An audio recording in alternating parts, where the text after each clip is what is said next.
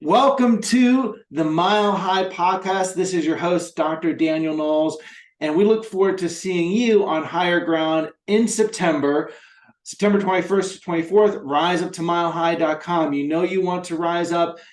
And if you're watching, listening, whatever channel, platform you are, make sure you hit subscribe so you never miss any Mile High tick. And today, I'm so grateful to have on this episode one of my mentors who's been part of my chiropractic journey all the way through, and actually is a mentor to so many, the one and only Dr. Arno Burnier, pioneer class at Sherman College, full-time practice in Early, Pennsylvania for so many years, now a resident of Durango, Colorado, frequent speaker at Mile High and at Sherman Lyceum in so many stages, author now of the Café of Life and Mosquito Principle. Thank you for joining us today, Arno. Danny, thank you for having me on the show, and I really appreciate you inviting me. It's going to be exciting. I know we're going to have some fun and also inspire and touch lives, which is, we're about changing spines, lives, and minds. So, Arno, you had been on this podcast before, and we've shared your chiropractic story, how you found your way to chiropractic. I'd like to ask you something different, which is, how important in your life has it been that you stumbled upon chiropractic and its principles? It hasn't been important at all. It hasn't been important at all. No, it has transformed my life. I mean, it has completely transformed my life, the life of my wife, of my family, my children. As you know, countless people that I serve over the years, and the lives of countless students and DCs that I influence by speaking on different platforms. It has been the most important turning point in my life, by far. And when I look and tally all of the areas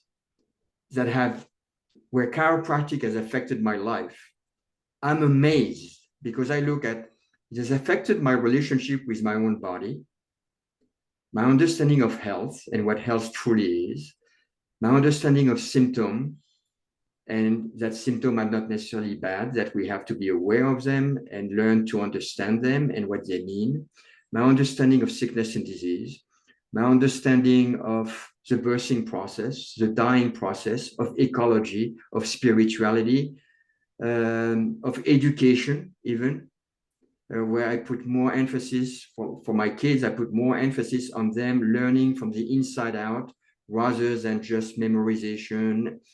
So on countless areas of my life, it has affected me, even on an economic level and financial level, on how and where do I spend my money. So when I look at all of this, I go, what kind of discipline has such an influence on one's life? And I can't think of any discipline, any profession, any vocation that has that kind of enormous impact on such a large spectrum. So when you ask the question, how was it important in my life? Absolutely. The most important turning point in my life. Beautiful, beautiful. And it's interesting that it wasn't necessarily expected. It was something many people might see as something small, but actually became much bigger. 100%. It was a total surprise. The first time I ran into a chiropractor, Jean Belaval, in Paris, France, I thought he's just like a specialist from America. And then I got adjusted. And then he started to share his understanding of chiropractic and the philosophy and the principle.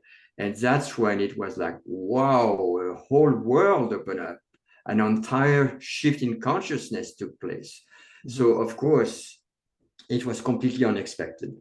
And isn't that often how healing in the universe works? Totally. Totally. Yeah. Right? So caught you by surprise. Takes you by surprise. And not when you may not be looking for it, right? And where you may not be looking.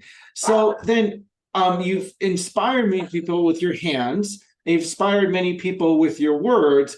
And now you got to a point that you decided to inspire people writing. So share a little bit about how you allowed that to bubble up. So for many years, when I was giving talks, speaking on different platforms, and I did a lot of talk for the general public, where sometimes there was 500 people, and it was strictly lay people. There was maybe 5, 6, 10 chiropractors in the room. The rest were lay people. People will come up to me and say, you need to write a book. You need to share your story. You need to share that understanding. And, busy in practice, busy giving seminar, busy speaking on different platforms, I always put it off. But from time to time, I will write a little bit of something, and then a little bit of something. And then finally, when I moved to the Baja for the winter, I decided, I'm going to do it because the demand has been relentless. So I took 6 months and just committed myself 6, 7 hours a day to put all of the things that I had written over the years and create a roadmap, a trail that I could follow and put it together in a book. And I have to say, we mentioned being surprised by the universe. I was absolutely stunned at the response of the book. How well it's doing, how many people have posted amazing reviews, comments about it. And the book is having an impact. And I didn't want to write a book that was dogmatic or militant or teaching chiropractic. I wanted to write a book that is experiential, that is a story, and weave into the story all of our principles and all of the areas that chiropractic touch. So that's pretty much how the book came about. And what is some of the exciting feedback you've heard? A 10-hour read that will transform your life. If people read it straight through, it's about 10-hour read if you read at a fairly okay pace. You don't have to read speed reading. People say the book is loaded with healing principle, and someone that worked with David Hawking testing of the level of consciousness says that the book calibrates very highly on the level of truth. So those were some of the responses, comments. I have a chiropractor in Washington that bought 40 of those books. When they arrived, in one day, he had 3 left. Norm Detillieu mentioned that when he received the books, the box of books, he could feel the shift in his waiting room.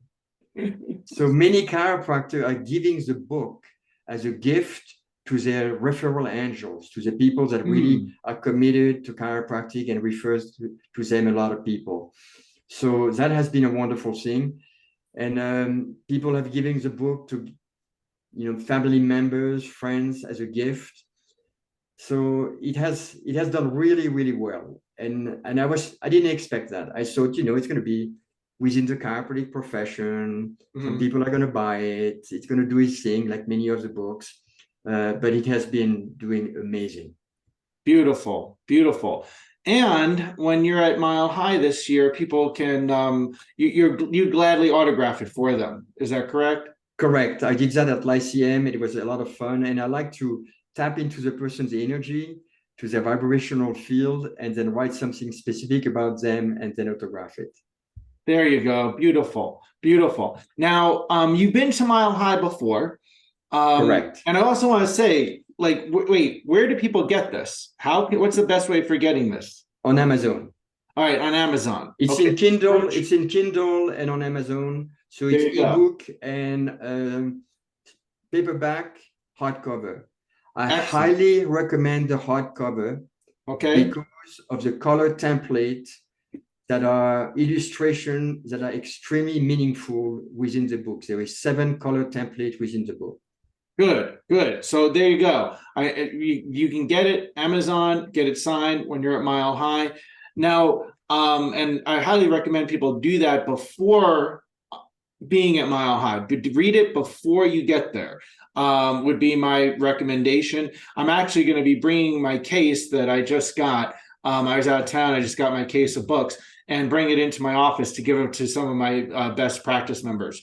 They're all our best practice members, regardless if we Yes, but recognize it there's or if best they and best, recognize right? it. They're all the best.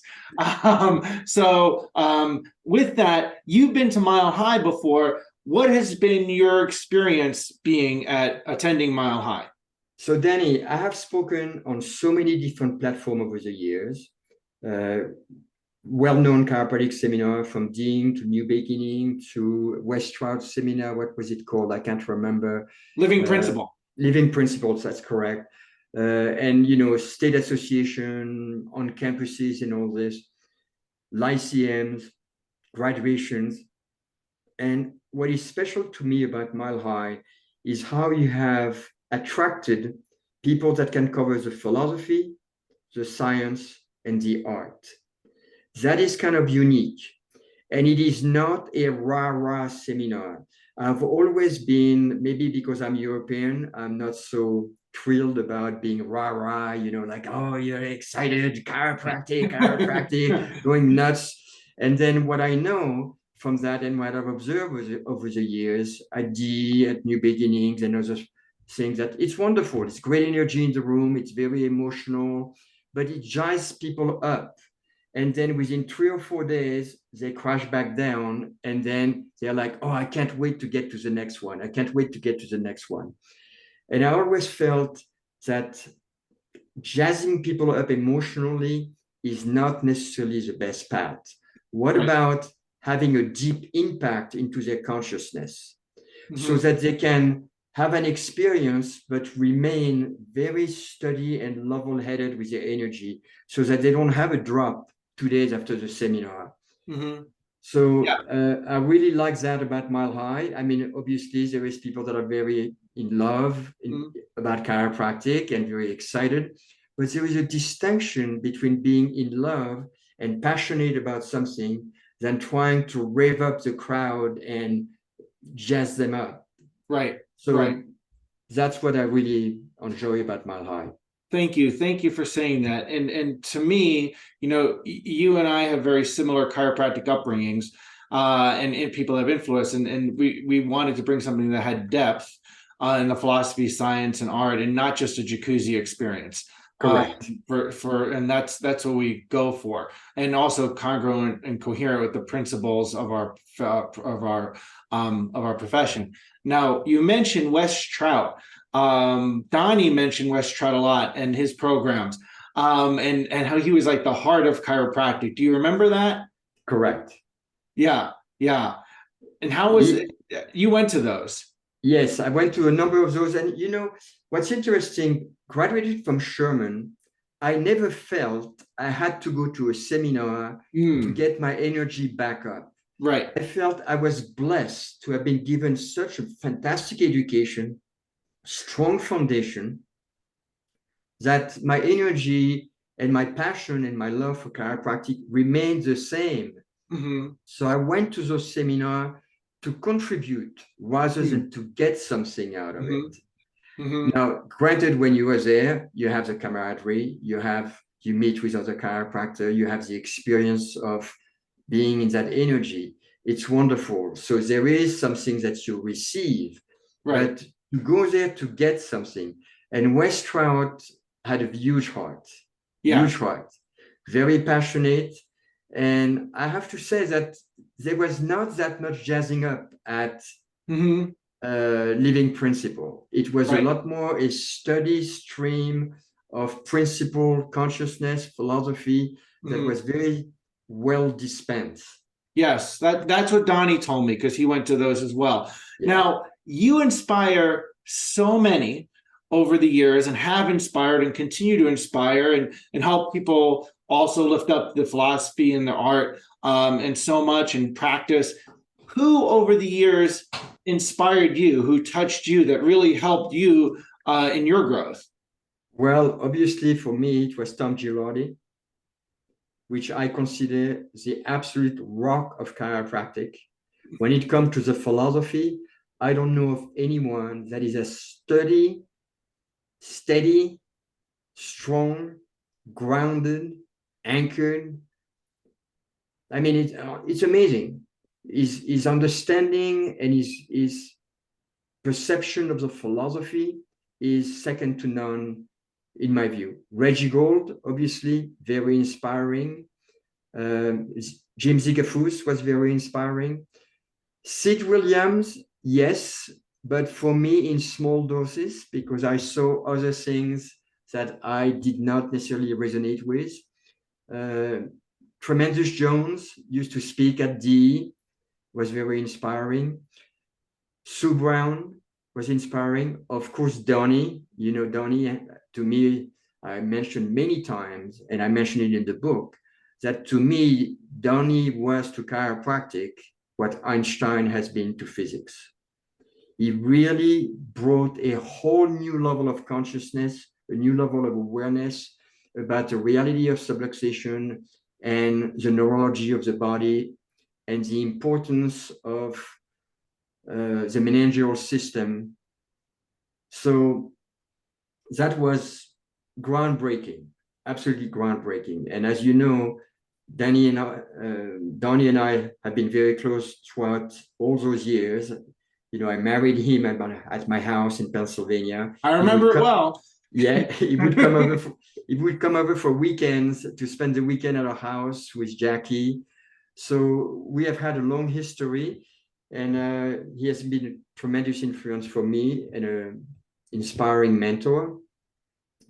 Who else? Stu Bittman. Even though I don't spend that much time with Stu Bittman, and I have never been to his program, I've been around him and I could feel where he comes from. Mm-hmm. His energy, his passion, his love, his heart. Mm-hmm. Lou Corletto has a huge heart. Fantastic. Who else? Amy Burke.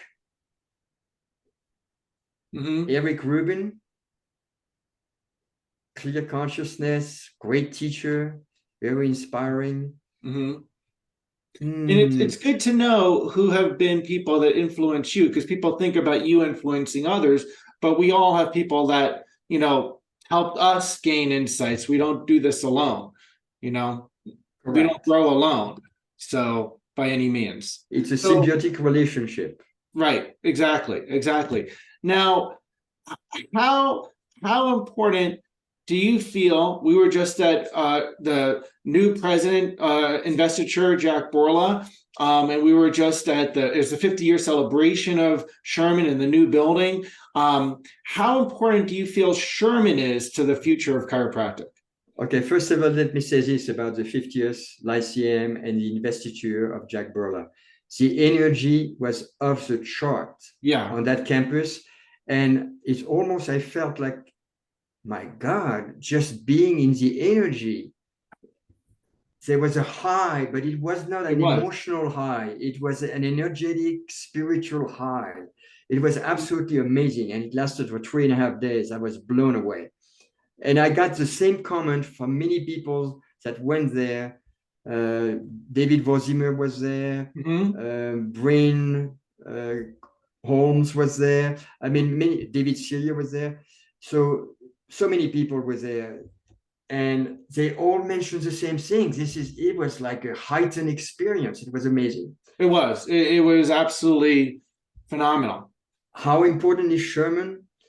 In my view, in spite of the slight ups and downs that Sherman has had over the years, in my view, Sherman has been the template, the touchstone where any chiropractor can come to really reground himself or herself in the principle, philosophy, science, and art of chiropractic in a very pure way. So in that sense, and I always said this to even Guy Rickman, I would say that to Guy Rickman, and I said it to Sid William when he was alive. I say, if it wasn't for Sherman and Tom Gilardi opening the college in 1973, Life University would not exist today. Mm-hmm. Because he took the CC eyes off the ball, and basically they put all of their energy to focus on trying to exterminate Sherman and allow Sid William to take off. By the time he took off, it was unstoppable. Right. So that I'm absolutely convinced of the truth of that fact. Right. Yeah, I know that very well. Yeah. And I'm very, there was many years I know as when I was a student at Sherman, the question of whether Sherman would survive. And I'm glad to feel that myself and my wife had a little part to play in shifting that, and that you did, and so many people did. Interesting. I haven't really said this publicly. I guess I am now.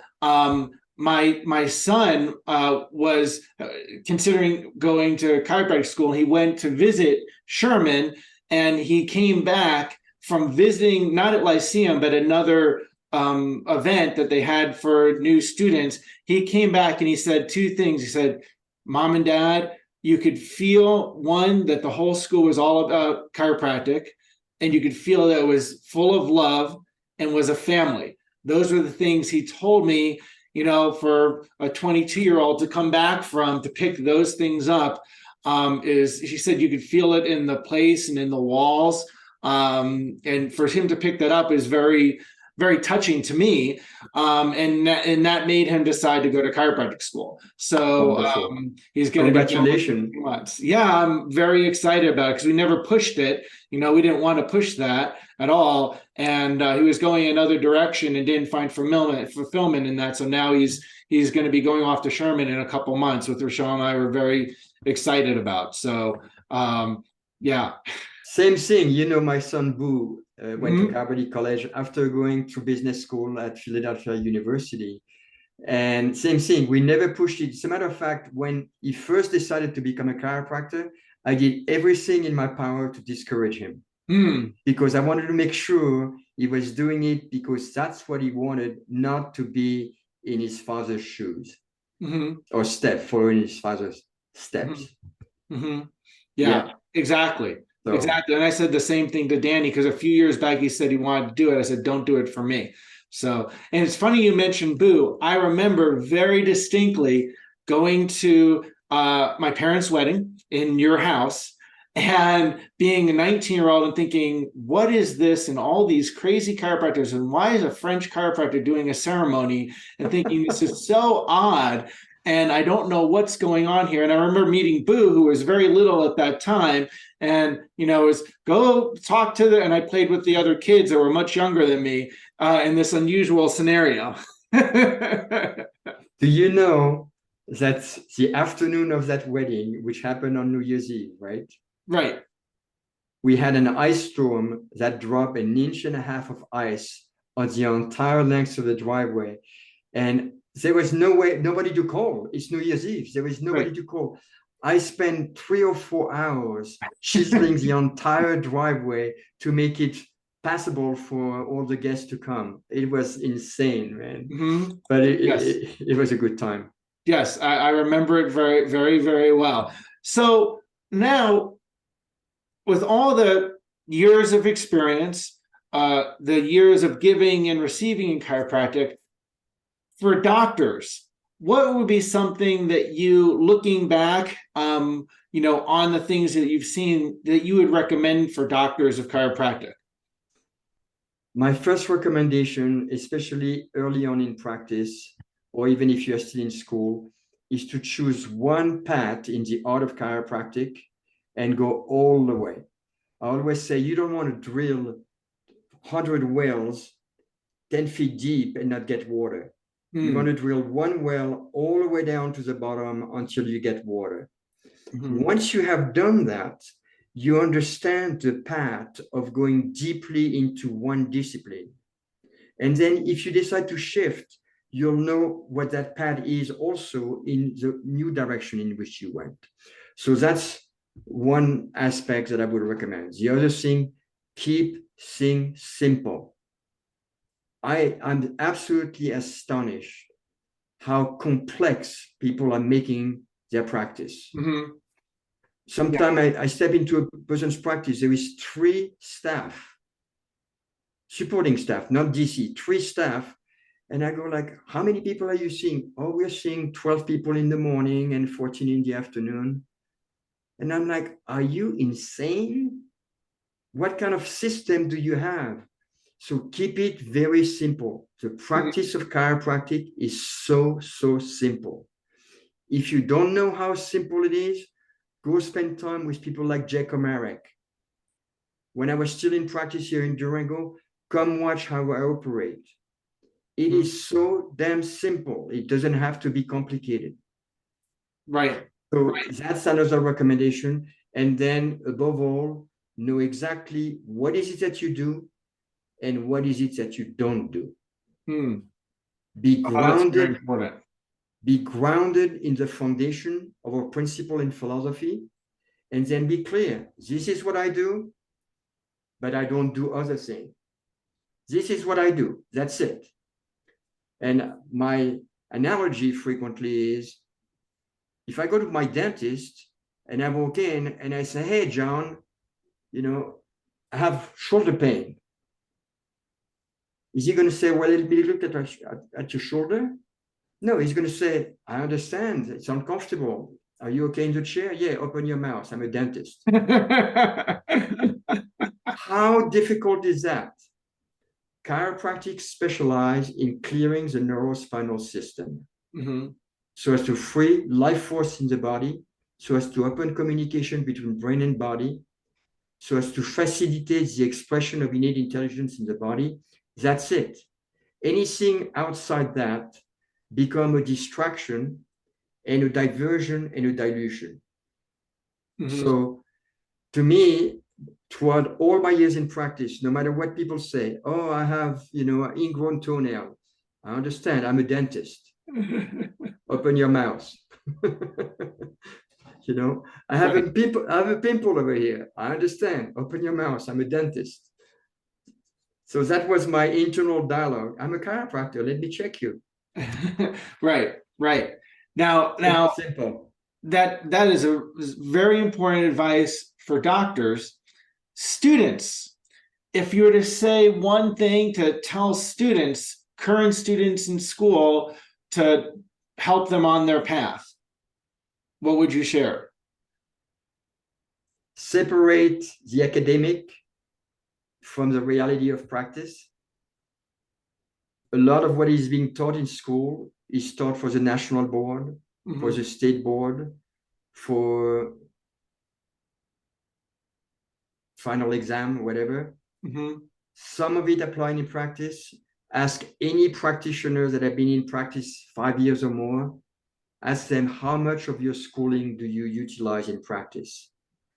I guarantee you, I'll be surprised if anyone say about 10%. That doesn't mean you shouldn't learn. Learn it well, but be clear. This is for my board. This is for the national board, the state board, and so on. And separate what is it that is for practice, the reality of practice. Be clear.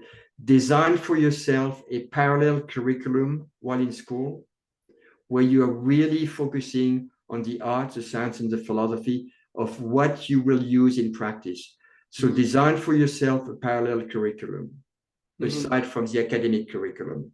That would be my recommendation. You just reminded me of something that I'm going to share that's a parallel, which is I was at Sherman College. I was a student at Sherman College, which I felt was a stellar education, as stellar as you could get in this current age. I'm sure there's better educations a decade or two before me when there was less CC involvement. However, I felt it was a very phenomenal education with the people that I had. Yet, what you just said about having an additional curriculum, here's what I did. Sherman had a library, audio cassettes for people that remember those, audio cassette library of every lyceum and all kinds of other presentations.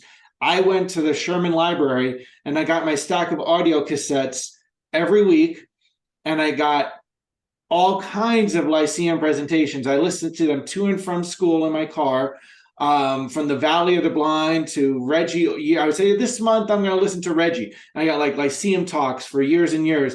And that was, my additional to and from school education. And I think what you just said is very important for people is, in addition to what you have to do academically, even if you're getting a great education at one of the schools of focus is there's so many resources from this podcast to all kinds of resources. People can listen to Mile High from the last decade on virtually. It's all there for you. But doing things like that will help fuel them. Or recordings of yourself, Donnie, whoever it might be. Christopher Kent on purpose tapes. Yeah. Also, there is recording of BJs. Right. Of talks from BJs. They are so powerful. I mean, you could feel the download, the power, the strength of his message. Mm-hmm. It's inspiring, and that's what will keep you on track and not being confused by what you have to learn in school, which is unfortunately somewhat of pseudo chiropractic, pseudo medical education. In spite of the fact that Sherman makes a great effort at creating the distinction. Right. They still have more hours of non-chiropractic stuff than there was in the 40s or 50s. That's just a fact. It doesn't, it's nothing disparaging any chiropractic school. It's just the reality. Talking about this, Danny, what's interesting is, what is it that the people in the 40s, the 30s, the 40s, the 50s, the 60s, the 70s, even the early 80s knew that recent graduates don't know? Why is it that all of the new graduates in the last, I would say, 10 years, 15 years, are struggling in practice? So many are struggling in practice when it was a no-brainer back then. Mm-hmm. When I look at my generation, I mean, we opened practices, and then, yes, we didn't have cell phone. We had to be in our office waiting for a phone call. But once we start to have a nucleus of clients, of patients, then the practice started to grow exponentially, and then we had booming practices. Mm-hmm. I don't see that today. Right. They're struggling. What is it that they don't know? And if they realize the truth of that, go back and learn what those people knew. Get exposed to what they knew. Yeah. And you have more methods now at a very low cost to share your message. Compared to like when you opened your practice, what you had tools you had to share your message. Well, my message was internal to my practice. And then I wrote an article in the Yardley News. Every 2 weeks, a small article, very short, and that was it. Right. And now people can the reach of the Yardley News is probably a little smaller than the internet. Right. Well, I'm very excited to dig into this, and my plan is to finish it before Mile High. I want to tell everybody else to do that as well. Get not just one book, but a case. Give it out to your practice members.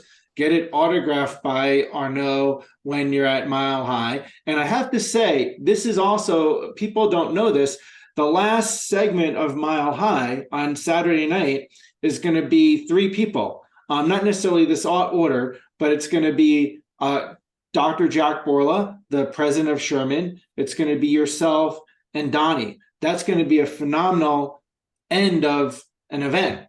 For the energy of that Saturday night, it's going to be pretty phenomenal.